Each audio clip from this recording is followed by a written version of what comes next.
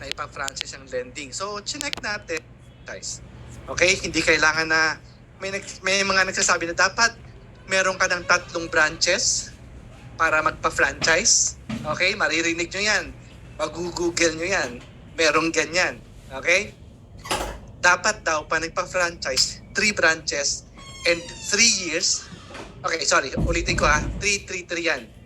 3 company-owned, 3 franchise, 3 company-owned, and 3 years of experience. Okay? Para daw makapagpa-franchise. So ngayon, kung meron ka ng 3 company-owned, aantayin mo pa mag 3 years ka, baka makapag-franchise, at nakita ng isang franchise company na malaki na, uy, okay itong business model na to may potential, kopyahin ko nga, may resources na yon. And nangyari yan. Bibigyan ko kayo ng, di ko sasabihin yung brand. Okay? Naalala nyo yung sumikat na, anong tawag doon, yung mango Graham na drink? Okay, na dessert? Okay? So sumikat yan before the pandemic pa. The first brand na nagpasikat, nagpa-viral, pinilaan sa Glorieta. Okay? Di ko sasabihin yung brand Okay? Nag-viral sila. So ngayon, nag-antay pa sila na dapat magbukas kami sa galeriya. Nagbukas sa galeriya. Nagbukas sa ganito pa. Okay? Tapos inayos nila yung systems and everything. Okay? Umabot ng 1 year bago sila nagpa-franchise. Nung ready na yung franchise nila, more than 10 na ang competitors. So wala na. Okay? So strike while the iron is hot. Pero syempre, when you strike, dapat calculated risk. No? Okay? So, I started also this business with only 1 branch for franchising. Okay? Tapos, meron kaming digital marketing agency. So, ang CEO si Miss Sarah. No? So, for digital marketing siya. So, I invested in her company. Lahat ng mga clients namin sa consultancy are into expansion. So, when they expand, kailangan talaga ang digital marketing. Siyempre, expanding pa lang ang business, wala pa naman silang sariling digital marketing team. Kasi if you do digital marketing, you need to have social media manager. You need to have graphic artist. Kailangan mo ng copywriter. So medyo mahal. So doon ako nagkaroon ng idea, why not invest into digital marketing agency. So yun ang so these are my businesses. And we also sell franchise brands. Yung mga clients namin, we help them to expand by selling their brands. And sometimes, alam nyo ba na pwedeng ibenta yung negosyo natin? Di ba? Pwedeng ibenta yung negosyo. And actually, that's my business model. Okay? Gusto ko magbenta ng negosyo, pero itatayo ko muna. Gawin ko munang profitable, and then ibenta ko. So, kilala nyo naman si Injap Sia, di ba? Okay? Magkano yan nabenta? Magkano?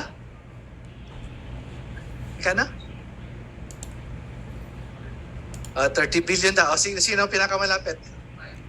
5 billion. Okay? 3 billion. So, 5 billion, ilang percent ang binenta niya? Sino pumili? Jollibee. Ilang percent ang binenta niya sa Jollibee? Ilang percent? 80%. So 20% na iwan sa kanya. So palaki siya ng palaki. So, imagine may 5 billion ka na, may 20% ka pa sa pinalaki pa ni Jollibee. So ang 20% niya, more than 5 billion na ulit. Diba? So ganun kagaling. Pwede pala ibenta yung negosyo. Diba? So pwede if the price is right. Kasi normally, sa pagnenegosyo, may gustong bumili ng negosyo, ayoko kasi ipapamana ko yan sa mga anak ko. Diba? Ayoko kasi pinaghirapan ko na. Kung bilhin sa'yo ng 500 million, sige na. Di ba? If the price is right. That's why pumapasok yung business valuation. Okay? So, ipakita ko lang, no? So, at least alam natin yung ano yung mga expansion strategy. Okay? So, kaya sabi ko kanina, we focus on expansion. Okay? Ano ginagawa namin? Number one, franchise program. Most of our clients, 80% are into franchise program development. Meron din kami mga co-ownership. Okay? Pero co-ownership na legitimate. Okay? So maraming co-ownership na scam, ha? So be careful. And be careful also na hindi kayo maging scammer. Kasi kahit ayaw nyo, if business model ng co-ownership nyo is leading towards a scam, magiging scammer kayo. So be careful. Okay? Be careful. So hindi lang lawyer ang kinakausap dyan. Talagang program ng co-ownership yan. Okay? And distribution program. So nabanggit ang distribution. No? May mga businesses talaga na hindi pwedeng for franchise. Okay? So merong mga businesses na expansion through distribution. Okay? So we do business valuation. Sabi ko nga, yung business mo, installation of motorcycle parts, accessories. O gano'n nakatagal ang business mo? 7 years? Ang tagal na. Paano? Halimbawa, kasi may mga negosyante na ang ginagawa talaga, no, nag-i-invest. Okay? Wala na silang ginagawa. Hindi na sila nag-handle ng negosyo na hands-on. Invest. Familiar kayo sa venture capitalist? Okay? Ang venture capital is very common sa mga startup tech businesses. Ang venture capitalist, ang ginagawa nila, maghanap ng mga negosyong startup na maglalagay lang sila ng pera. Hindi sila magpapatakbo. Puro angel investors lang yan. So may lumapit sa yung venture capitalist. 7 years ng negosyo mo. Magandang financials mo. Magandang cash flow. Kumikita. Biling ko negosyo mo. Magkano mo ngayon ibibenta sa akin? So wala idea. So kaya pumapasok ang business valuation. Pag nag-value ng negosyo, para magkaroon lang tayo ng idea, hindi yung asset. Halimbawa itong Novatown, pag binili ko ito, kung venture capital, hindi ko ito bibilhin kung magkano nyo sinet up. Magkano construction cost nyo dito? Sabihin natin 3 million, plus mga gamit 1 million, tapos lahat ng mga furnitures, etc., 5 million na expenses nyo. Siyempre, di ko bibili ng 5 million yun. Paano yung brand mo? Paano yung develop mong market? And your future expansion. Okay? So yun, ganun ang pag-value, hindi lang assets. Okay? So para at least may idea tayo. Importante din, pag lumalaki ang negosyo, magkaroon kayo ng strategic planning. Okay? Para at least may direction, maayos yung mga plano, lahat ng functions ng management aligned. Ano-ano mga functions ng management? Ano-ano mga departments? Ano ang pinakauna? Sales department, ano pa? Marketing. In general applicable to all. Production, kung hindi service. Operations, research and development. Purchasing, HR, admin, finance. Dapat align sila lahat. Okay? Baka mamaya, nag-hire ako ng magaling na marketing manager. Ang daming plano, ang daming mga activities sa sobrang ganda. Hindi naka-align sa finance, mag-freeze tayo. So align dapat yan. Kaya ginagawang strat planning. No? Okay? So, dito sa how to franchise your own business, sa discussion natin, pag-uusapan natin some basic information about franchising, and ang importante dito is paano ginagawa ang franchise business plan. Okay? Franchise business plan, the franchise operations manual, yung legalities, tsaka yung franchise agreement, okay? And yung sales and digital marketing ng franchise, okay? Selling the products of your store and selling the franchise, magkaiba yon. Okay? Consumer and franchise marketing.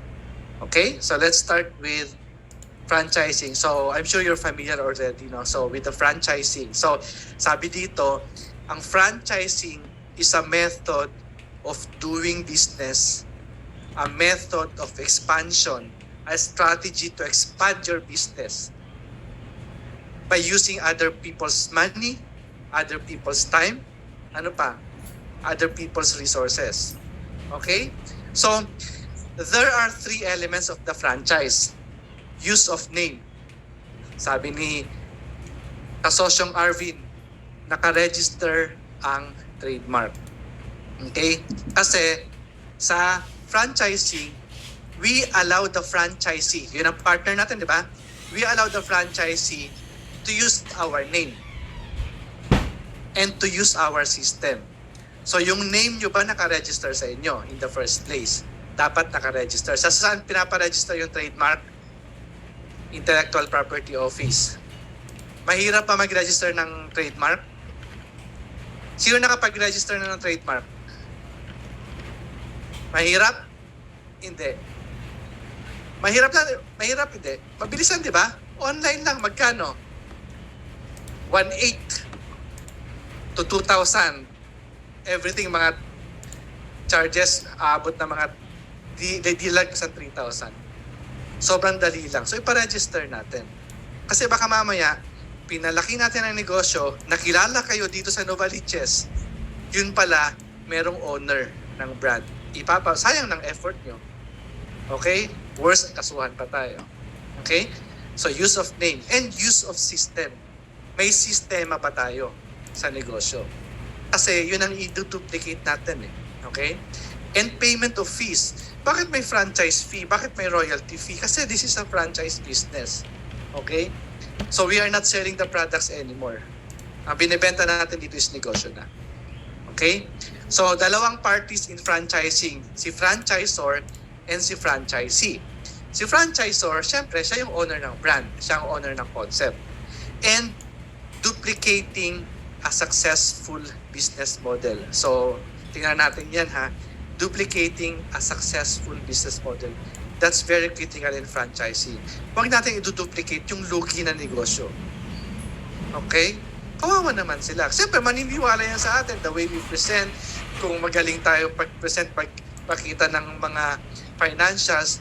Pero, kung hindi alam naman natin na hindi pa profitable ang negosyo natin, wag natin ipapa-franchise. Kasi ma-duplicate lang yung kung nag-fail ka pa, ma-duplicate. Ayusin mo muna. Okay? So, kasi una-una, pag mga franchisee talaga, syempre, check yung financials mo. Profitable pa ang branch mo na yan. It doesn't matter kung ilang branches, kahit isa lang, pero kumikita ka, okay yan. Okay? So, wag ipapa-franchise ang negosyong lugi. Bakit? Syempre, pag dinuplicate mo yan, lugi lang din. Okay? So, that's an expansion strategy. Si franchisee naman, bakit sumisikat ang franchise model? Kasi, maraming mga gustong magnegosyo na hindi ganun ka, wala masyadong alam sa pagnenegosyo or meron pang trabaho, di pa niya alam kung paano simulan. Okay?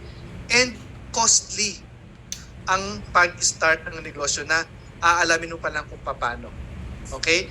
Kaya ang franchise, it's an opportunity for them sa franchisee to be their own boss, to be an entrepreneur. Okay? Pero ang kagandahan nito, you are in a business for yourself, a franchisee, but not by yourself. Para kang may consultant, si franchisor ang magbibigay sa inyo ng tulong, ng tips. Kasi may experience si franchisor. Ops, teka, wag tayo sa ganyang location. Alam ko na yan. Sa una lang yan malakas. Pero after 1 week, 2 weeks, wala na yan. Okay? Ops, wag dyan sa location na yan. Kasi sobrang dami ng tao dyan, makikita mo, ang daming dumadaan, pero hindi bumibili. Kasi lahat pa uwi na, nagmamadali pa uwi. Or lahat, ang daming tao, pero lahat nagmamadali pumasok sa school or sa trabaho. Hindi lang foot traffic ang pinag-uusapan dyan. So may experience si franchisor, may knowledge si franchisor na pwedeng itulong sa mga franchisee. Kaya, normally, ang franchise, mas mataas ang success rate. Okay. Ano ang advantage sa inyo kapag nagpa-franchise kayo? Okay? Unang-una, it's a source of fund for expansion. Okay? Kaya ko pinakita yung isang negosyo ko is, sabi ko kanina, ang first branch namin, successful. Okay? Nag-open kami ng franchise branch, dalawa na. So, dati, ang commissary sa bahay lang. So, sabi ko, mag-expand kami, hindi pwedeng sa bahay lang commissary. Kailangan ko na maglagay ng isang commissary talaga. So, ready for expansion, mga 300 square meters. So, kinompute ko, ganito ang kailangan namin initially lang. Mga gamit, plus konting renovation. Kailangan ko ng 800,000. Okay. So, yung franchise fee namin, 160,000. Hindi ko kayo binibenta ng franchise ha. Nag-compute lang tayo. Ang franchise fee namin, 160,000. So, nag-promo kami during that time, 2017. First 10 na franchise, excluding yung isang nag-open. First 10, bibigyan namin ng 50%. So, that's 80,000. So, 1 month, nakuha ko yung 800,000. Okay? Sa franchise fee. Yun yung ginamit ko to fund my commissary. Okay? So, it's a source of fund for expansion. Ang franchise fee alone. Okay?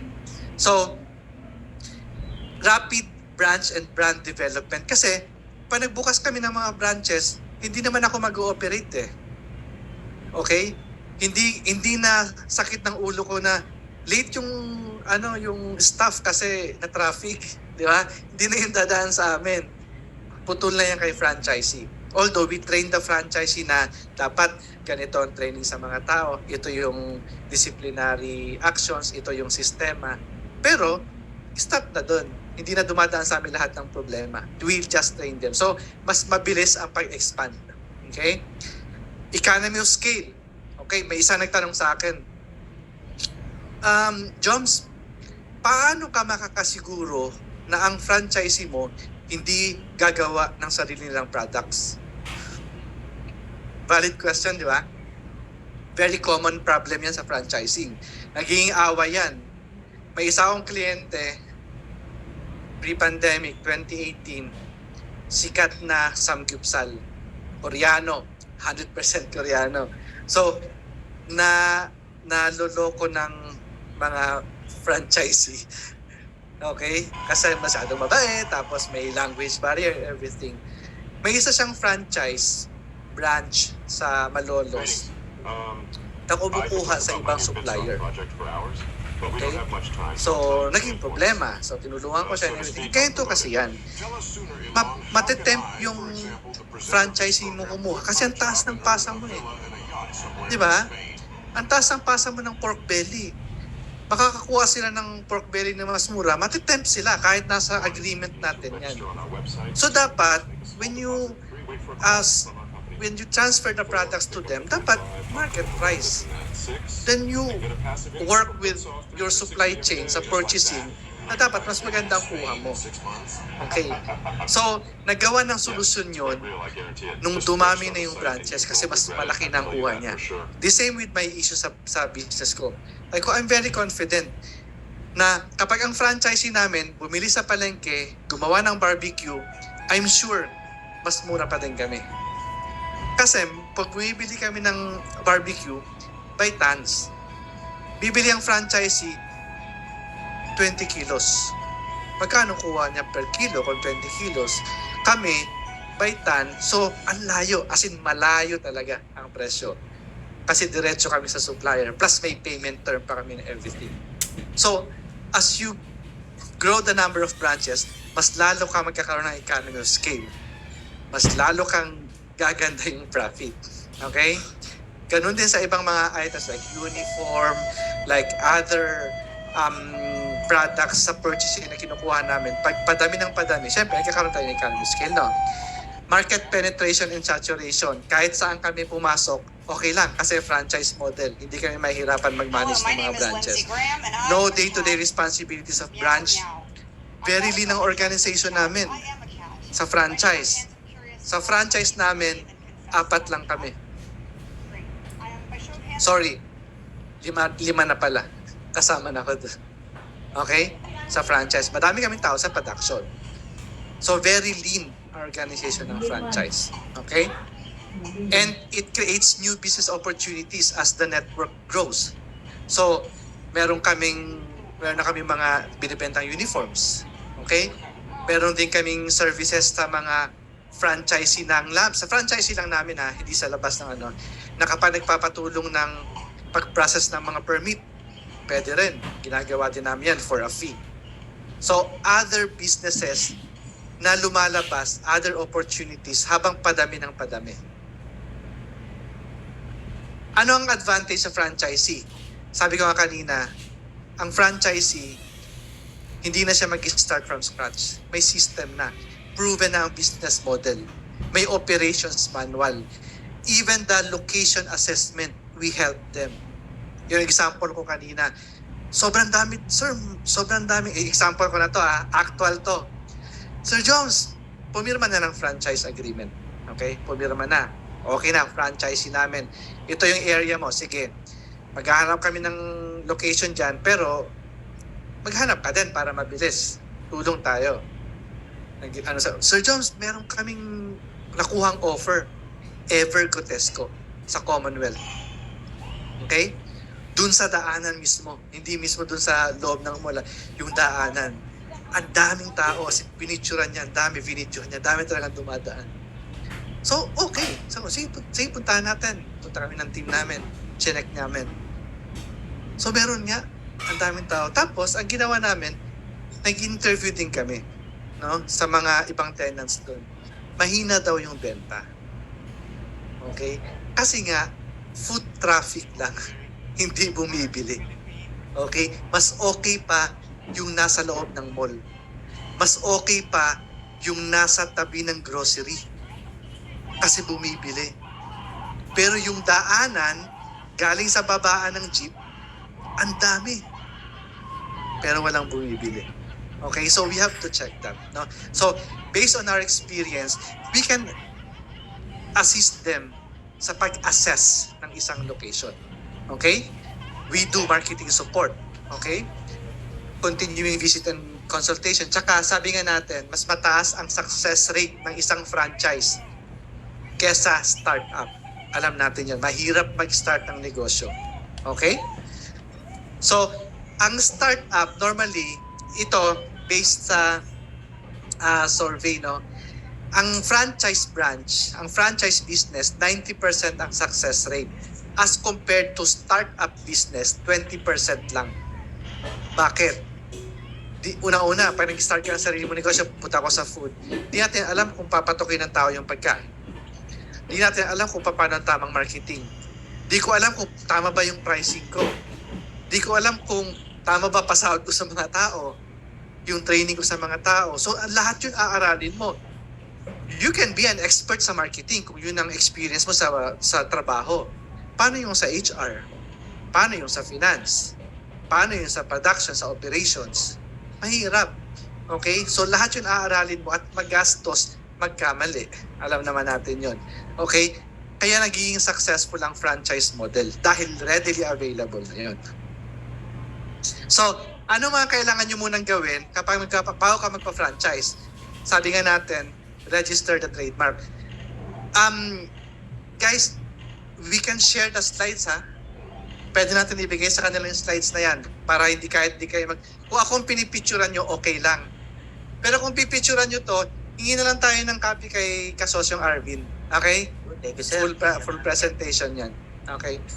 So, kailangan natin ng trademark registration kasi nga, sabi natin, we allow them to use our name. Kailangan magkaroon ng separate corporation intended for franchising. Okay?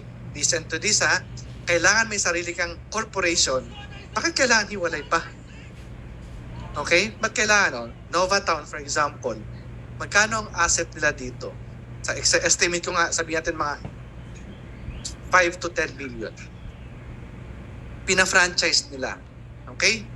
Dumami ang franchisees. Let's say, nagkaroon ka ng 30 franchisees.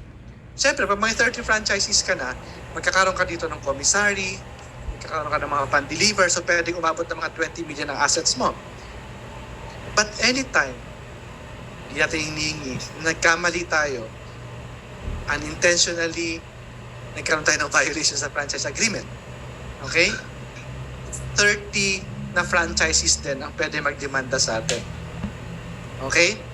So, baka maging at stake yung napundar natin na assets. So, itong existing na company, let's create a firewall. Let's create a new business. Walang pakialam ang existing company sa franchising. So, yung new business, yung new corporation, siya makikipagpirmahan sa mga franchisees. Magkaroon naman ng worst case scenario lang naman yun. Worst case scenario, magdemanda sila at matalo tayo. Wala namang asset ang franchise corporation. Okay? Ito, protected. Kasi ito nang pinundar natin eh. So that's number 1. Second, taxation. Okay? So, hindi natin iniiwasan ng taxes. Ginagawa na natin ng strategy. Okay? So, sa royalty, okay? 'Di ba alam natin may royalty ang franchise, 'di ba? Ang royalty, bago pa magkaroon ng franchise royalty, ginagamit na 'yan ng mga passive entrepreneurs. Ano mga passive entrepreneurs? Like for example, yung mga artista, mga singer, natutulog sila, may bibili ng album, may bibili ng ganito, ganyan. May royalty sila. So, passive. Okay? So, sabi ng BIR, ito ka BIR pa dito? Wala naman. Sabi ng BIR, okay? Ang royalty fee, passive. Na natutulog ka, kahit nasaan ka man, nasa Boracay ka, nasa abroad ka, kumikita ka. Okay? Kapag passive income, ang tax, 20% sa gross without considering expenses. O ang royalty mo, 1 million per month, 200,000 ang tax mo. Okay? Walang konsiderasyon kahit lugi ka kasi nagbayad ka ng ganito, ganyan, rental tao, negative ang bottom line, itatax ka pa din. So, when we create a new corporation, franchise corporation, we use it, ito strategy na to ha, so sinishare ko sa inyo. Okay? Ang ginagawa sa Articles of Incorporation, okay, ginagamit natin is continuing service fee. And it's true na this is a franchise business. Royalty is active. Why? Sabi nga natin kanina, ang franchise company may tao. Ang franchise company may rental, may pinapasahuran. Yung franchise company pumupunta sa mga franchisees para magbisita, magche-check ng location. May gastos, wala. Active or passive? Active. So ngayon, kapag active royalty, ang taxes, royalty, less cost, less OPEX, less dito ang taxation. Normal business. Okay? Normal income tax. Magkano income tax? Ilang percent? Income tax.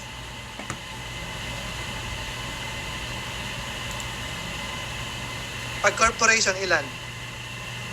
Anong income tax? Tax on the income. Sales, less gross sales, less the cost of goods. Ay, mamaya pakita ko rin. Less the operating expenses, earnings before taxes, interest, at EBITDA. Okay? Ita-tax tayo doon. Ang tax doon kapag corporation, 25%. Kapag, sinong single prop? Lahat pa dito may negosyo? Sino ang mga single prop? Pakitaas ng kamay. Sino ang corporation? O may mga corporation dito. So that's 25%. Tama? O si bookkeeper na bahala? O, wala si bookkeeper. Alamin natin yun, ha? Okay. Pag single prop, bayad na. Pero alamin natin yun, ha? Kasi, bakit? Okay? Hindi naman kailangan alamin yung technicalities. At least may idea lang tayo ng mga fina-file. Kasi, kapag na-audit tayo, okay? Kapag may LOA, anong LOA? Letter of Authority. Pag naka-receive ka ng love letter galing sa BIR, hindi ka naman sasagutin ng bookkeeper. Okay? Kayo ang mananagot sa BIR. So alamin natin. Now, kahit basic. Okay? Kapag single prop, ang taxation is graduated. Depende sa income. Okay? Di ba may nag-taxation na tayo? Pero importante to. Kapag ang income ng isang company is 250,000 and below, magkano tax? Exempted. Di ba? Wala kang babayaran tax kapag ang income mo 1 year 250,000 and below. Okay? Sa train law yan. Train 1, train 2. So, graduated. Pag 300 to 500, may certain percentage. Pag 800 to 1 million, may certain percentage. Maximum, ilan? Ilan ang maximum na tax ng single prop? 30%. Okay? So, it's more efficient kapag malaki na ang negosyo mo, mag-corporation na tayo para sayang ng 5% na tax. Okay? So, next is, ang kailangan natin, ano nangyari? Power interruption. Okay. So, ang next na kailangan natin para nagpa-franchise, dapat meron tayong franchise program. Huwag tayo magpapa-franchise na basta-basta na lang dahil ayusin natin. Okay? Sa franchise program, papakita natin ano ang mga dapat na nandyan. At kailangan, bago ka magpa-franchise, meron kang strategic plan. Okay? And lastly, bago ka magpa-franchise, dapat meron kang franchisable na business. Huwag ka magpapa-franchise ng hindi franchisable na negosyo. So, ang pag-uusapan natin, paano natin malalaman kung franchisable ang business natin o hindi? Okay? So, yun. So, kailangan natin ng separate corporation, kailangan natin ng professional na franchise program, kailangan natin ng strat plan and franchisable brand. Okay? So, paano natin malalaman kung ang business natin pwede nang i-franchise? Okay? Very common question sa amin to. Pwede na ba namin pa-franchise? Isa lang negosyo namin. Isa lang yung branch namin. Sir Joms, 3 pa lang branches namin. Pwede na bang ipa-franchise to? Hindi siya sa number of branches. Ang unang-una is natitingnan sa inyo credibility of your brand. Pag sinabing credibility of the brand, karamihan, siguro ang iba dito nagme-message sa akin kapag minimension ako ni Kasosyong Arvin, maraming nagme-message sa akin yan. So, ang unang tatanungin ko, can you send me your Facebook page? Okay? Titingnan ko muna yan. First impression yan, credibility ng business natin. Facebook page ng social media. Titingnan ko kung maayos, kung may logo ka na maayos, okay ang cover photo mo, okay yung mga post mo. Not necessarily na meron kang 300,000 na followers, di naman kailangan yung kaagad. Okay? At least meron tayong, mas maganda kung meron ka at least more than 1,000 na likes. Okay? Thank you. So, unang titingnan sa credibility yung online presence natin. Okay? And then, another factor for credibility is tayo as owner. Okay? Dapat makita nila na bakit, na credible ba ang owner na to manage the franchise model, the franchise business. Okay? Unique selling proposition. What makes you different from other brands na similar brands? Okay? Marami nagpa-consult sa akin na milk tea. Kasagsagan ng pandemic. That's my first question. What makes you different from other milk tea brands? Sir, kasi ganito kami. Ganito ang milk tea namin. Ibang process namin. And authentic na ganito ang ginagamit namin. Okay. Yung isa naman, aside from milk tea, meron kaming food na siniserve. Ito yung mga food namin. Okay? So aside from these products, ito yung positioning namin sa market. Not necessarily yung products lang. Okay? Ito ang target market namin. Aside from this, sabi naman ng isa, ito yung interior namin. para pag pumunta sila sa amin, ganito yung ma-feel ng customer. Ito ma-experience ng customer. Okay? So ang unique selling proposition, hindi lang puro sa products differentiation. Yung overall package. No? Ang isang unique selling proposition ng yung milk tea na yun is yung margin nila mas mataas as compared to other competitors. Okay? So, identify lang natin ang USP natin. Ease of knowledge transfer. Madali pa natin mailipat yung learning, yung knowledge para sa mga franchisee. Okay? That's why, may nakita na ba kayong franchise ng dental clinic? Ang hirap, no? Kasi isipin mo, tuturuan ko paano maging dentist yung franchisee. Abuti ka 6 years niyan. Di ba? Or 4 years at least. Di ba? So, kapag ang isang negosyo is too technical na you need to train the franchisee kung paano yung technicalities, and ang rule of thumb, if it will require 1 year to train your franchisee, don't franchise your business. Ideally, at least mga 2 months. Kung mga food businesses, yes.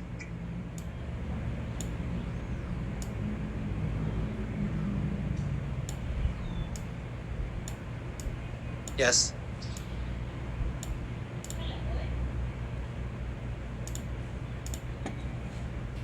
Sa salon, no? Ang training kasi sa salon, normally kaya naman siya ng 15 days. Pero may continuing training. Okay, iba ang continuing training. Ano yan, never ending ang continuing training para updated yung knowledge ng mga provider, mga ang tawag na, sa mga hairstylist. Okay? Yung hairstylist, regular yan na training. No? Just to keep them updated on the trends. Okay? Pero just to operate the business, kung kailangan mo ng 1 to 2 years, hindi na. Matagal masyado. Okay? Pero, syempre, as much as possible, pag nag-hire tayo ng hairstylist, may basic knowledge na. Diba? So, kaya na 15 days. Para sa mga basic na customer journey process, ito ang dapat. So, ganun din naman sa barbershop. Okay? The same process. So, it's not too technical, but since that is a service business, continuing lang yung training para updated lang. No? Okay, but that is a good question. Adaptability.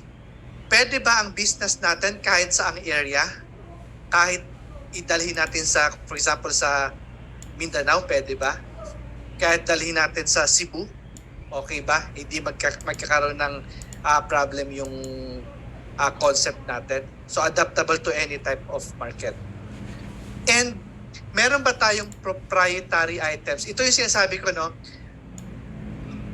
Yung sa food business, dapat hindi natin binibigay yung recipe. Kasi that is the proprietary item. Ang ibig sabihin ng proprietary item, aside from branding, what will make your franchisee stay with us after the contract, after the termination of contract? Si Jollibee, after na contract sa franchisee, bakit nagko-continue pa rin ang franchise nila, franchisee? Alam na nila mag-operate, di ba? Anong number 1 doon? Siyempre, brand. Kahit tabihan mo yan ng chicken, the same chicken, pupunta pa rin ang tao sa Jollibee. So, number 1 ang branding. Pero, for example, sa mga, sinong nasa retail, anong retail products? Mga bolts. Mga tornilyo. Okay. Anong products nyo? Ukay ng basketball shoes. O, kunwari, basketball shoes. Okay. Kunwari, may bench, may pen shop, di ba? Ang ginagawa nilang proprietary item, lahat ng products na ibibenta, syempre, branded by bench or pen shop. Ikaw din, pwede ka mag-create ng sarili mong brand para pa nag-franchise, nandun yung mga private labeled brand under your trademark. Pero it doesn't necessarily mean na lahat ng products under your brand. Pwedeng may other brands to um, cater para sa particular area na yon. So pero merong isang proprietary item na pag-aari lang talaga ng franchisor. So that's sa retail, yung mga labeled na items. Sa food, the recipe. Kaya dapat hindi natin ipakita yung recipe. Okay? So meron pa tayong ganun. Kasi otherwise, magiging kalaban nyo lang yan after 3 years. Kung wala tayong maayos na branding. Kasi Jollibee, ang recipe ng Jollibee, actually, nasa YouTube. Nasa YouTube yan. Kasi, na-develop na ng mga tayo, mga galing magluto. Meron, kayang kopyahin. Pero, staying with the brand, it's because of the proprietary item ng Jollibee. Okay? Next is investment affordability. As much as possible, dapat, kung ang target market natin is ganito, dapat affordable for that type of market. Affordable ang investment. Kung ang investment level mo is aabot ng mga 20 million, medyo may challenge na yon unless the size of McDonald's and Jollibee. So dapat pababain din natin ang investment level. Ito ang sinasabi natin. Profitable na ba ang negosyo mo? Kahit isang branch lang yan. Profitable ba ang business model? Pinag-uusapan nyo kanina, cash flow. Maganda ba ang cash flow ng existing mong negosyo? Okay? Kasi pag ang franchise, kung ang negosyo mo, kunwari, ang existing na branch mo, sa food, ang cost of goods mo, to begin with is 70% na, di mo na mapapa-franchise yan. Kasi mag-share pa kayo ng margin sa franchisee. Mahirap na yun ipa-franchise. And then, long-term market potential. Sino ang nakakita na ng ice scramble sa mall? Diba? Alam niyo yung ice scramble. Kami mga batang 90s, alam namin yan. Nung nagkaroon ng ice scramble sa mall, nag-viral yun. Especially sa generation namin. Kasi nostalgic, wow, para yung isang probinsya na scramble. After 6 months, wala na. Okay, kasi it's a fad. No? So, sa una, siyempre, matitikman ko na ulit yung ice scramble. Di ba? Pero hindi na umulit. Kasi nauso lang. Wala siyang real na market potential. Okay? Hindi long term. Sabi nga natin, yung franchise program. So sa franchise program, ang kailangan dyan is assessment and alignment ng business model ninyo. Kailangan magkaroon ng franchise business plan. Kailangan may financial model para makita natin profitability. Kailangan may franchise agreement. Kailangan may franchise operations manual para ma-duplicate natin yung system ng isang branch mo sa franchise branches. Okay? Parang plug and play na lang. Dapat may sistema na kasulat. Ibibigay natin sa franchisee, ititrain natin sila para lahat ng chicken dito pare-pareho kahit sa ang location. Okay? And then, sales and marketing plan. Okay? Punta tayo sa franchise business plan development. Kailangan, sa franchise business plan, is more on financials eh. Magsi-sales forecast tayo. Pag nag-sales forecast kayo, kailangan ilan ba ang dapat na sa isang tindahan natin, ilan ba dapat ang bibili sa isang araw? Number of transactions. Sa isang transaction, magkano ba? Sa salon, magkano ang average transaction? Isang customer nyo.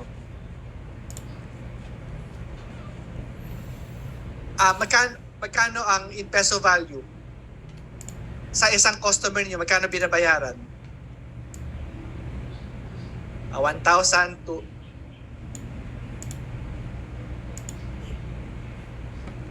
Okay, sabihin natin average 1,000 kada customer. Ilan na pumapasok na customer sa isang araw? Say, 10. Kumari lang, 10. So, 10,000 a day. Yun ba ang ideal na forecast natin sa isang franchisee para maging profitable ang negosyo niya? So, ilan ang dapat napapasok na customer, magkano kada customer? Kasi, kasama yan sa assessment ng location. Ilan ba dapat nadadaan na customer para makuha natin yung percentage of customers na papasok sa atin. So we forecast that, no? Then, syempre, i-check mo din yung capacity ng branch mo. Baka mamaya, ang upuan natin sa salon, 5 lang. Pero ang target natin, 100 per day. So, imbalance, no? So, kailangan, i-check din natin ang capacity. Kunwari, yung milk tea, cart lang siya, pero ang target natin, makabenta ng 50,000 every day. Kaya ba? Kung kaya din, okay, very efficient. Pero i-check natin kung kaya ng capacity ng store natin. Okay? I-check din natin ang competition. Sino mga kalaban nyo dyan? Ilang percent of market share ang ita-target natin. So, first things first, sa business model, sa business plan, sales forecasting. Okay? Mag-forecast tayo para sa franchise. Ang susunod niyan, pag nag-forecast tayo, cost of goods. Ano ba ang cost of goods ng franchisee natin? Ilang percent? Okay? Kung ang cost natin is 30%, 70% ang margin natin. Depende sa business model. Ang salon, ilan ang cost of sale nyo? Ilan?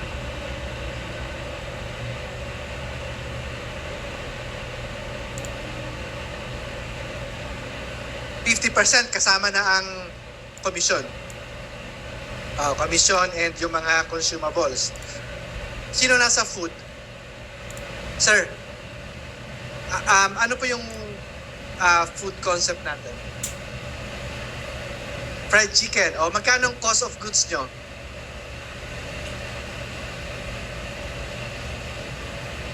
%30. Very good.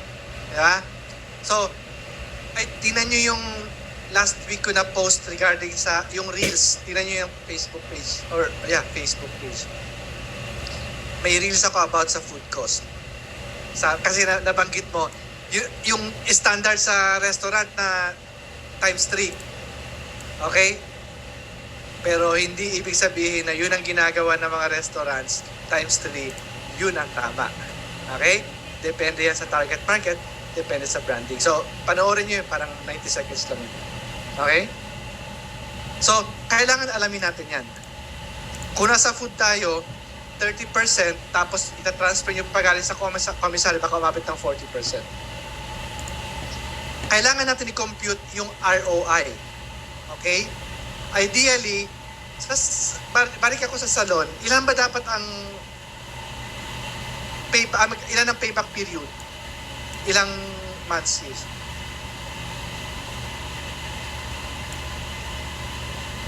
Very good. 6 months to 1 year. Anong investment? 1 million? 500,000? Taas na yan. So, sa franchise, no, yun ang benchmark natin for the ROI or payback period. I-clarify ko lang ha, pag ROI and payback period, magkaiba yun. Pag sinabi natin ROI, percentage. Ano ba ang ROI niyan? 10 months, mali yun. Pag sinabi, anong ROI niyan? Mga 50% per year. Ibig sabihin, 50% ang bumalik sa capital mo per year. Okay? Kaya pag sinabi, anong ROI? Dapat percentage. Pag sinabi mong period, payback period yun. Anong payback period? 2 years. Anong payback period ng salon? 6 months to 1 year. So, payback period na. Para at least, clear lang sa atin. Marami nalilito na kasi, anong ROI niyan? 2 years. Hindi, mali yun. Pag 2 years ang payback period, sige daw, pag 2 years ang payback period, anong ROI? Ha? Sino sabi 50%? Sino? 50%. Di ba? 50% 1 year. Another 50% second year, bumalik na. 100% ka na. Kung ang payback period is 3 years, ilan ang ROI? Ano ang ROI? 33. Di ba? So, simple math na. Ganun siya. Okay? Pag ROI, percentage. Pag ang ROI is 25%, anong payback period? Very good. Gagaling sa mata. Okay? Pero kailangan yun, ha? So, hindi naman kailangan na sobrang galing sa, pero dapat marunong tayo sa business math. Numbers, no? business is numbers game. Okay? So, i-compare natin siyempre sa other vehicles. No?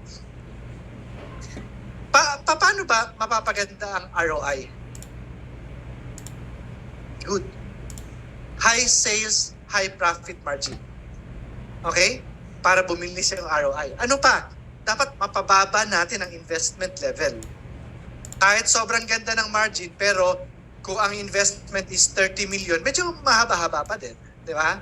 So dapat mapataas yung sales, patasin yung margin, pababain ang investment level, pababain ang OPEX. Okay? Pababain ang expenses, i-dilute ang fixed OPEX. Ano ba ang ibig sabihin ng dilution of fixed operating expenses? Pag palaki ng palaki ang benta mo, yung fixed expenses mo madi-dilute. Ano ba mga fixed expenses sa restaurant? Rental. Ano ba? Ano? Utilities? Medyo mahirap, no? Kasi minsan, pag utilities, depende sa sales din yun eh. Di ba? Pag maraming tao, tuloy-tuloy ang aircon mo. Pag maraming tao, dahil mo huhugasan. Kaya sometimes, naging variable siya. Manpower is fixed. Okay? O, tama yon. Yung manager mo ng branch, isa lang yan. Kung ang benta mo dito, 20,000, magbabayad ka ng manager mo. Sabihin ng manager natin, 20,000 ang bayad. Kung ang benta mo dito sa isang araw, ay sa isang buwan, 100,000, bayad mo sa manager mo, 20,000 pa din. Bumenta ka ng 1,000,000 sa isang buwan, bayad mo sa manager mo, 20,000 pa din. Unless may konting incentive or commission. No. Bumenta ka ng 2 million, 20,000 pa din. So, nadidilute natin ng fixed OPEX. No? Especially sa food, minimize wastage. Di natin sinabing wala ha. Laging may wastage ang food. Okay? Imposible yun na wala kang wastage. Pero minimize lang natin. Ideally, dapat less than 1%. Even salon, may wastage. Even barbershop, may wastage. And operations efficiency. Ano ang mga fees sa franchising? Franchise fee. Ang franchise fee, may definition ba ako dyan? Wala. Ang franchise fee is one-time and upfront fee. Pag nagpirmahan ng franchise agreement, bayad ng franchise fee. That's only one time. Okay? Hindi siya babayaran monthly or yearly. One time lang babayaran ng franchise fee. Kailan babayaran? Pag nagpirmahan ng franchise agreement. Para saan yan? Para yan sa paggamit ng pangalan, para yan sa training, para sa location assessment, para sa R&D, etc. All intangibles. Okay? May mga franchise na ang kasama sa franchise fee, training, location assessment, freezer, construction, hindi yan sinasama sa franchise fee. Okay? Ang tawag doon, set up cost, yung construction, yung mga freezer, yung mga gamit, mga plato, set up cost. Okay? May legal implication kapag pinagsama mo yan. Okay? Kasi may mga issues, okay? Pagdating sa franchising, may iba na nagpa-back out. Okay, bayad ako ng franchise fee, 1 million. Okay? Kasama ang mga plato, kasama yung signage. Nag-back out ako. Babalik mo yan. Wala ka naman sa korte. Wala ka naman dineliver na signage. Wala kang dineliver na freezer. Balik mo sa akin ng franchise fee. Balik yan. Talo ka sa korte. Pero ang franchise fee is intangible and non-refundable. Okay? Kasi training, pag kinausap mo ako, may bayad na yon. Di ba? Nag-usap tayo sa Starbucks, nagpirmahan tayo ng franchise agreement, may value na yon. Yung toll fee ko and everything, pag nag-usap tayo, pag trainin ko yung mga tao mo, may cost na yon. Pag inassess namin ang location nyo, may cost na yon. That's why franchise fee is non-refundable. Pero ang setup cost, talo tayo sa korte pag sinabi natin non-refundable yan. Ang setup cost, lahat ng mga tangible. Sa korte, kapag hindi ka nakapag-deliver what's paid for that particular amount, balik mo yan. Di ka nagbayad, di naman na-deliver yung freezer, di na-deliver yung signage, di na-deliver yung mga gamit sa equipment. Balik yan. Okay? So, separate. Okay? Separate. Bihira mangyari, but nangyayari. Okay? Okay. So, kailangan balance, no? Yung selling price natin is competitive sa market. Franchisee is profitable. Franchisor is profitable. Hindi pwedeng franchisor lang profitable. Pag nasacrifice yung profitability ng franchisee, the whole system, the whole network will collapse. Or the other way around. Baka sabihin natin, okay na, kahit maliit lang margin namin as franchisor para kumita lang, di ba? Basta kumita lang yung franchisee namin. How can you survive? How can you support them? How can you invest sa marketing, sa R&D? Magko-collapse din ang buong system. Pag nawala ang franchisor, damay lahat ng franchise. So we have to balance. Hindi naman pwedeng profitable si franchisor, profitable si franchisee, ang taas ng selling price, hindi rin bibenta. Okay? So profitable si franchisor, profitable si franchisee, competitive pricing. Okay? So we have to balance that. It requires a financial modeling. Okay? The Franchise Operations Manual, I'll discuss lang the outline. Ano ba kailangan na nasa Operations Manual? First module sa Franchise Operations Manual, kailangan para guided sila. Pag nag-acquire ng business, kasi may mga common question, gusto ko mag-franchise sa inyo, pero yung pag-process ba ng permit, kayo din mag-asikaso? Hindi. Kayo yan. Okay? Pero, so the way we answer, ay hindi po. Okay? Hindi po kasama ang processing ng permit kasi sa inyo nakapangalan yan. May mga pipirmahan, kayo mag-asikaso yan. Pero po, kasama yan sa manual natin. Step-by-step procedure para guided kayo how to process the permits. From DTI, kung single prop, corporation, SEC, hanggang sa barangay, hanggang sa city hall. Kung nasa food ka, mayor's permit, sanitary, yung sa Senro, etc. Sa fire, hanggang sa BIR, hanggang SSS, PhilHealth, Pag-ibig. Step-by-step procedure. Okay? So, site acquisition, nandyan din. Setting up the outlet, pre-opening checklist, nandyan din. Ano mga kailangan bago magbukas? Kasi baka mamaya, opening na tayo, bukas na, first day, nag-blessing, ayan. Uy, wala tayong garbage bag, bili ka muna doon. Uy, teka, yung balloons natin, wala pa, hindi pa na-deliver. Uy, yung pare, hindi raw available ngayon. Checklist, di ba? Nangyayari yan pag walang checklist. Kamot ka ngayon. Ikaw yung owner, ang init ng ulo mo sa first day. Di ba? Uy, yung LPG, hindi pa daw makakapag-deliver kasi kailangan daw ng magpipirma mo ng customer information sheet. O di, bili ka muna dyan ng cash. Diyan sa tawag ka muna. Ang sakit sa ulo niyan. So dapat meron tayo pre-opening checklist. Okay? Otherwise, first day, ang init ng ulo ng may-ari. Okay? HR and administration. This is very important. Pero medyo exage ang HR and administration. Ang manual na ginagawa namin, 500 pages. HR and administration, 150 pages. Exage, no? It includes hiring procedures, employee classification, yung probationary and regular employee, org structure, health and safety policy, training orientation, documentation ng employees, time reporting guidelines, employee compensation, government mandated benefits. Okay? Dress code, file management, paano natin ma-motivate, what are the processes for resignation, general guidelines in employment practices. Bakit exage? In this tutorial, okay? Ang program, ang franchise program, even the agreement, the manual, nag-evolve yan. Okay? Hindi yan yung manual na 10 years ago, yun pa rin ang standard na manual. Hindi, nag-evolve yan. If I'm not mistaken, 5 or 6 years ago, sa US, franchise ng McDonald's. Okay? Franchise ng McDonald's, may empleyado. Nagkaroon ng malpractice sa labor. Okay? So nagkaroon ng may malpractice, nagreklamo sa labor yung staff, ang dinebanda si franchisor. Bakit si franchisor ang dinemanda ng staff? Ano?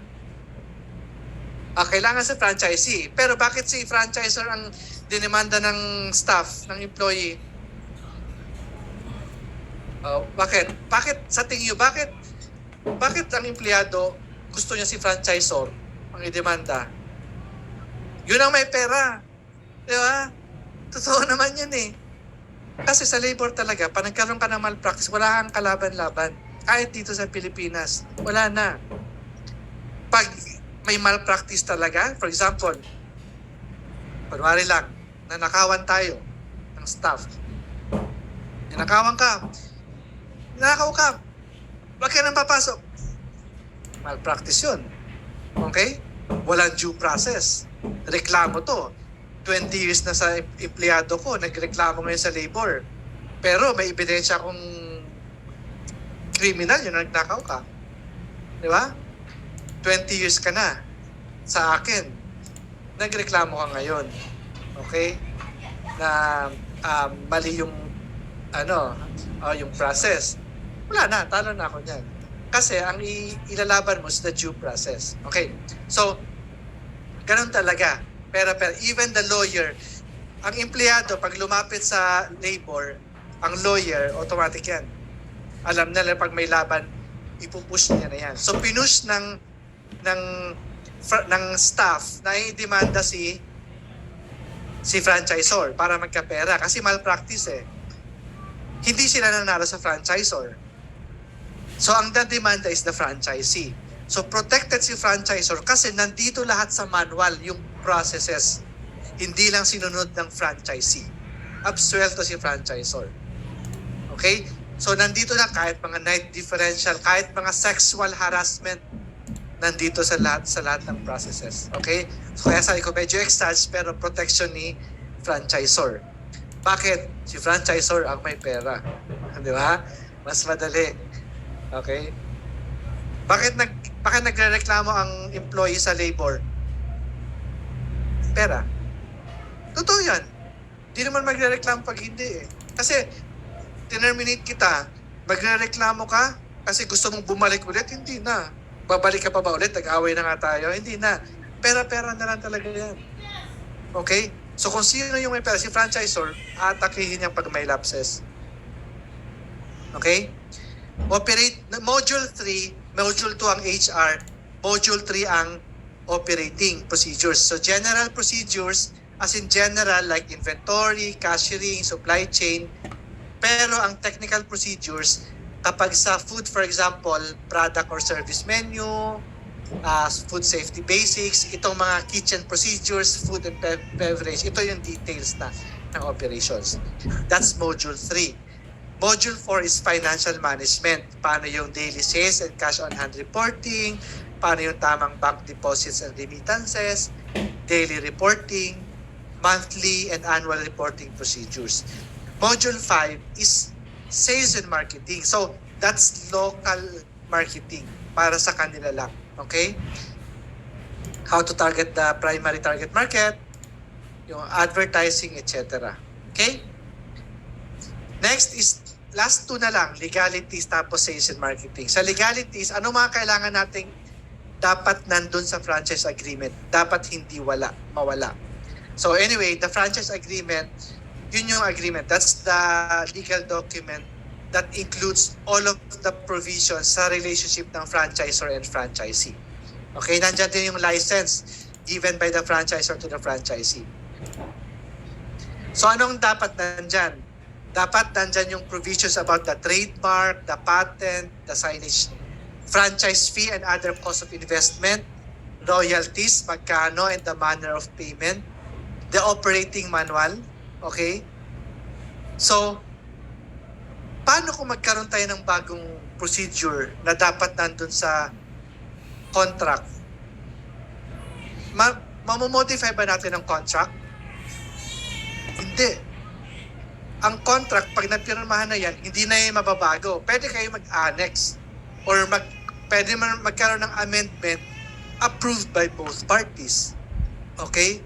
Paano kung may babaguhin kang procedures, for example? So, sinasabi sa franchise agreement, operating manual is an attachment to the franchise agreement. So they have to adhere also not only with the provisions ng franchise agreement, kundi sa operations manual. So ang operations manual, pwede mo dagdagan, baguhin yung procedures. Okay? So dapat naka-stipulate yan dyan. Ano yung assigned territory ng franchise? Ano ang duration ng franchise? Panag-renew, magkano babayaran, anong rights? Training and advertising. Ano ang common problem sa franchising? Bakit nag-aaway? Kapag merong delay sa delivery ng mga obligations for both parties. For example, hindi nahihiya magbayad ng royalty yung franchisee. Hindi, nahihiya magbayad. Dapat hindi ka mahihiya magbayad. Magbayad ka na. Hindi ka na mahihiya. Diba? Okay? So common yan. Hindi nagbabayad ng royalty or magbayad man ng royalty, misdeclared ang sales. Okay? Pwede rin ang franchisee ang mag-demanda. For example, common sa food business, okay, may isang sikat dati, before the pandemic pa, sikat ng mga, basta full store restaurants, sumikat sila sa liempo na inihaw na may chicken din. Okay, hindi ko na babanggitin yung brand, basta for sure alam niyo yun, na bigla nang nawala. Ano yan? Let's see, boy, galing yun, di ba? So, ang problema, supply. Hindi makapag-supply yung franchisor. Okay? Pag hindi ka makapag-supply, hindi na problema ng franchisee yan. Kung hindi ka makapag-supply, balik mo yung investment ko. So, demandahan. Di ba? So, nagka-problema sa supplies yan. So, dapat ma-deliver din natin lahat ng obligations natin. Okay? Okay, so as mentioned, ang franchise corporation is independent, separate na corporation. Okay? Lastly, sa franchise sales and marketing, magkaiba, last module, magkaiba ang consumer marketing sa franchise marketing. Consumer marketing, we are selling the products. We are selling your services sa salon. We are selling your services sa barbershop. Sa restaurants, we are selling your products, your menu. Pero sa franchise, we are selling a business opportunity. Okay? Iba ang target market. Iba ang approach in selling. It's more on business concept selling. It's more on profitability. It's more on unique selling proposition. So magkaibang approach. So separate ang franchise marketing. Okay? So nowadays, mas efficient na talaga, mas maraming gumagawa ng digital marketing. Okay? So I'm sure you're very familiar with that. Okay? So ideally, as much as possible, kung pwede magkaroon ng sariling website, no? Pero dapat hindi mawawala ang social media for awareness. And narinig ko kanina, sponsored ads. You have to advertise. Okay? You have to advertise. Kasi kapag puro organic posting lang tayo, ang makakita lang yan yung existing followers natin. And normally, ang nakakita niyan, 1-3% lang. So, paano tayo makakuha ng... So, we have to advertise para ma-reach natin yung other target market. And very important, yung identification of the primary target market natin. Kung ang franchise nyo, investment level is 5 million and above, dapat targeted yun. Baka mamaya may magtanong sa atin na ganito, hindi naman, wala pa namang financial capacity.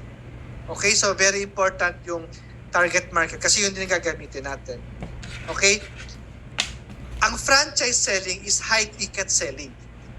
When we say high ticket selling, mahal. Million.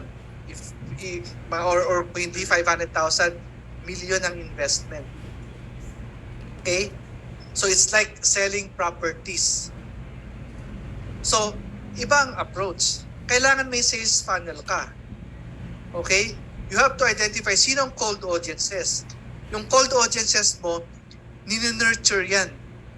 Hindi yan automatic na, oh, may franchise kami pick-up sticks, bili ka na, issue ka cheque, 500,000, ngayon na, pirmahan na. Hindi. Pero yung pagkain namin, pwede namin ibenta ngayon. Pag nakita sa Facebook, pwede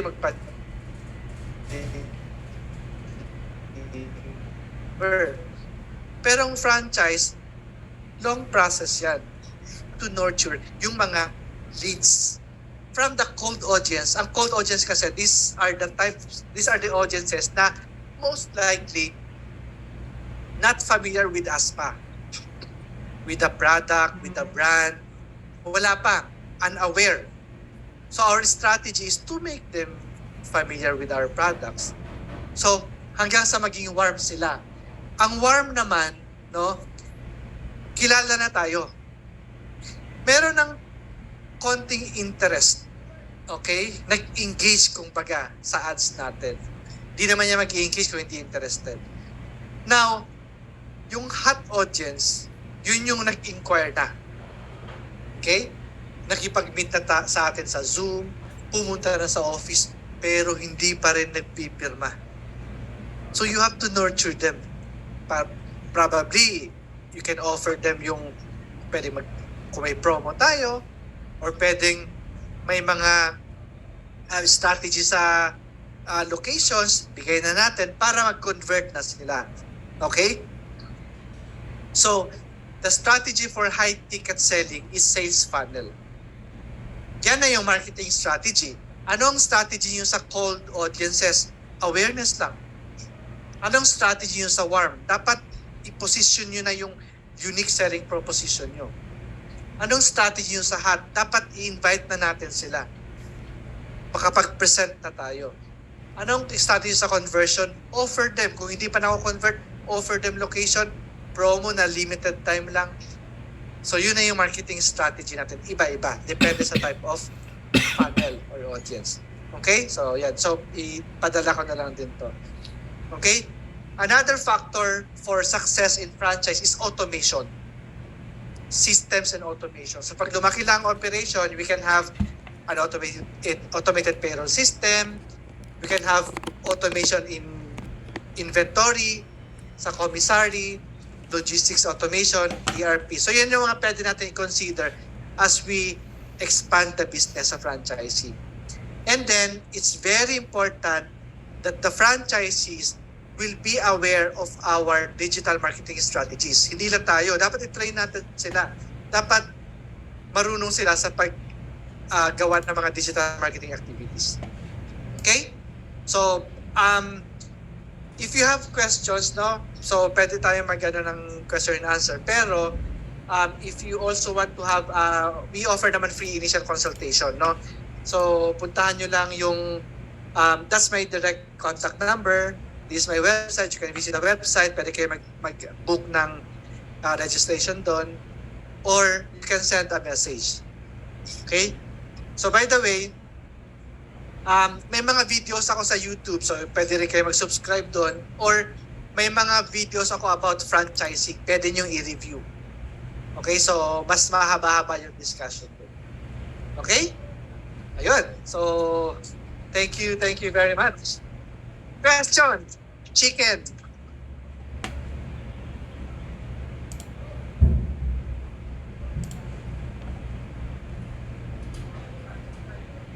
Very good. Okay, very good. So, sabi ko nga doon sa Reels, no? Sa Reels. Ang margin ng dito muna tayo sa franchisee level. Ang margin dapat, depending on your target market and your branding. Kung ang target market mo is class C, upper C to middle B, okay? Pag yun ang target market mo, okay na kahit mga 50% ang margin. Okay? Hanggang 60%. Pero, kapag ang target market mo is middle B, no? Yun yung times 3. Cost mo 20 pesos, benta mo ng 60. Ang cost mo 50 pesos, benta mo ng 150. Pero kung high-end ang target market mo, Okay? Ito, B. B hanggang lower A. Okay? So, pwede na ito sa 33% margin hanggang 40. Pero pag high-end market ka, kasi mga hotels, ang margin yan is, ang cost nila is mga 20% to 25%. So, yun muna ang titingnan mo. So, kung ang target market mo is, let's say, C hanggang lower B, kailangan 50% sa franchise C level. So, work backwards with your production sa commissary. So, dapat, ang cost mo to produce, dapat mga 30 to 35% lang para ipasa mo ng 50%. Meron kang 15 to 20%. May iwan ka sa commissary mo, hindi yun sa restaurant mo mismo. Commissary actually is a different entity din. Ibang negosyo din ang commissary. Production yun. Separate na yun sa restaurant, ha. So, hindi ko discuss kanina na dapat may separate na commissary na entity. Okay? Sa una kasi, pwedeng pagsamahin ang kumpanya ng existing na restaurant at commissary. Okay lang yon. Basta ang franchise company, separate na. Ngayon, pag lumalaki na, dumadami ng negosyo mo, i-separate mo na rin ang commissary. Kasi ang commissary talaga, hindi na yan part ng restaurant eh. Production business na to, hindi na yan service. So production na yan. So dapat, on its own, it's profitable. May enough margin siya to recover the investment, not only to pay the operating expenses, magbayad ng tao, rental, utilities, yung cost of goods. Siyempre, kailangan kumita siya kasi may investment ang commissary. So, dapat mga 30 to 35%. Pasa mo ng 50%. Kunwari, manok, 100, kunwari lang, 100 pesos ang selling price mo ng isang piraso. Ang cost mo dapat mga 30 pesos to 35. Ipasa mo sa franchise ng 50. Okay na yon. May 15 to. Kasi volume ka naman eh. Kung ikaw ang 50%, si franchise mo 15%, magabayad siya ng rental, magabayad siya ng mga tao, di ba? So may investment. Mabawasan pa yan. Okay? So we have to consider that, no? So ideally, mga ganon. Sa food talaga, sa commissary, mga 15 to 25. To cover the cost ng operations, pambayad sa tao. Pero, ang isang consideration natin, dapat may minimum to deliver sa branch para bulk. Okay. So, para ma-dilute mo yung delivery expenses. Minimum, kunwari of, depende sa layo. Okay? Minimum, kung kunwari, Manila area, pwede minimum of 15,000. Pag sa Laguna area, Batangas, minimum of 30,000. Okay, kasi branch naman sila. So, para hindi din frequent ang delivery. As much as possible, once a week delivery. Okay? That's a good question. Okay? Mukhang magpapa-franchise na si sir. Okay, any more questions? Question pa po, mga kasosyo? Anyone?